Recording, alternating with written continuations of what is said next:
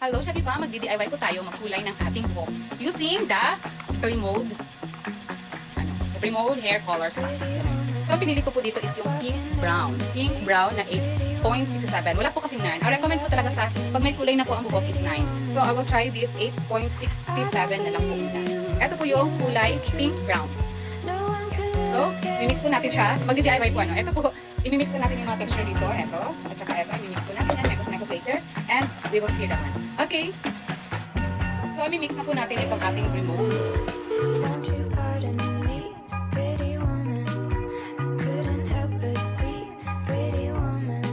So, pangalawa na tayo. I-add ko na lang din po itong hair colorant na Aqua Budget. The next, itong ating Collagen Hydrox.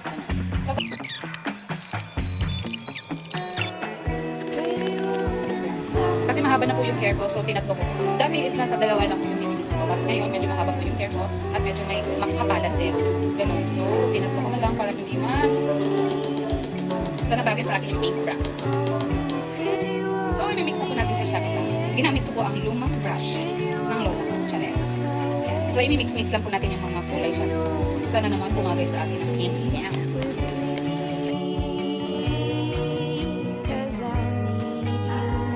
At dahil nga for DIY po talaga tayo, Shopee Fam, ako kahit ano po makita niyo dyan sa bahay na cellophane, or kung pwede naman po kung may mga damit po kayong gusto niyo pwede makulayan, pwede rin naman po. So, ito lang po is so, cellophane lang po yan, Shopee Fam.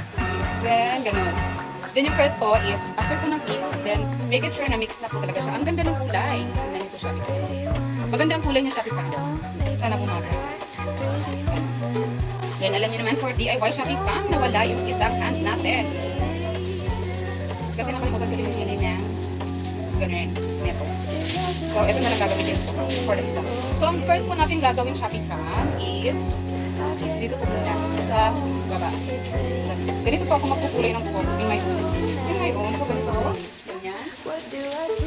So, kinpit. Ganun. Ganun. So, may naiwan po siya, no? Ganito. Then, ito na po yung unang yung lagyan ng kulay. Yan. So, after mag-mix, wala po tayo ng amount. Ito yung ulit sa tama.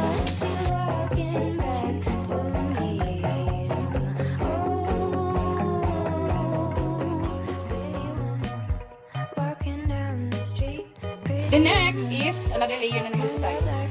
Ganun. So, ibaba nyo lang po i-touch. Tapos, baba. So, dito na naman po banda. Spaghetti po taas po yan siya.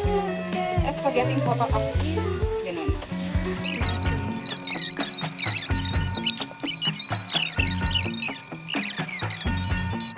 Yan, tuloy-tuloy may kusmetis na po siya.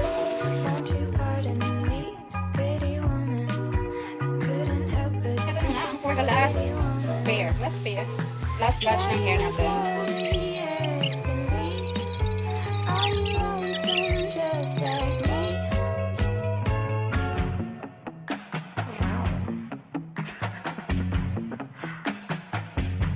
Kaya na Shopee Fam, yung feeling nyo tapos na malagyan lahat-lahat na tapos nag-i-massage ang lahat. Dilit. I-gaganon nyo lang yung hair nyo dyan siya. Then after nyan, is ganun. Ibit. Then tsaka itong ating DIY na pang ito ang gagamitin natin.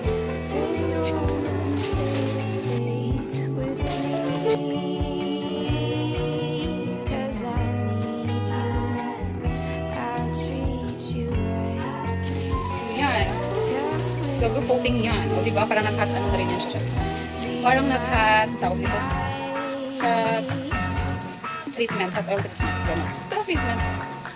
Ganyan. Parang matabunan talaga yung mga buhok yan.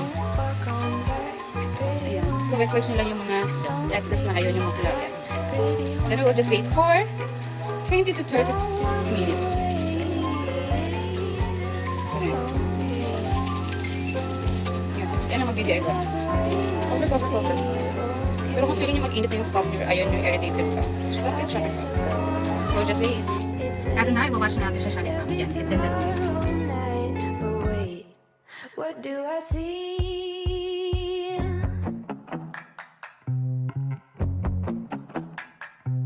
Is she walking back? And we're done na po magbanlaw.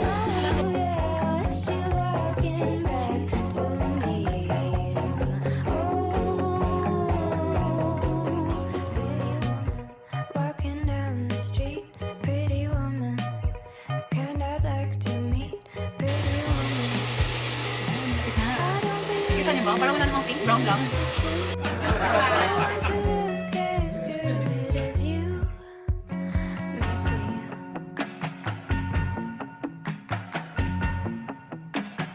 Pink ba siya? Pink brown ba? Or brown lang? Me, pretty woman. I couldn't help but see pretty woman. Hello, Shopee Fam! Ito na nga ang final result ng ating hair DIY color. Hair DIY. Yan. Ito po ang ginamit natin. Brimuts.